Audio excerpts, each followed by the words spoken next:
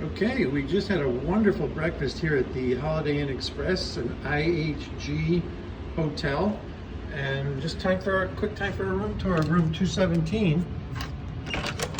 We had a wonderful night's sleep here.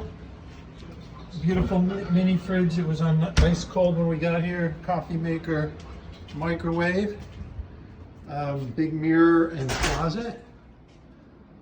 And we also had a couple wonderful episodes of Star Trek, Next Generation. They're interrogating this Klingon who just poured wine all over the floor.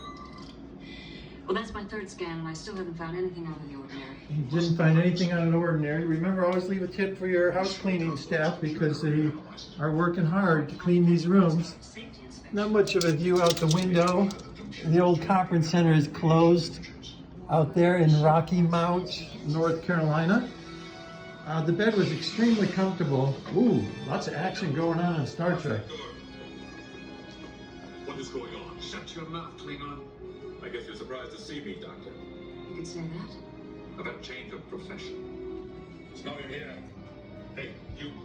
Where's the artifact? I do not know what you're talking about. Use your brain. They wouldn't be searching the shuttlecraft if they had the artifact. Corral must have it.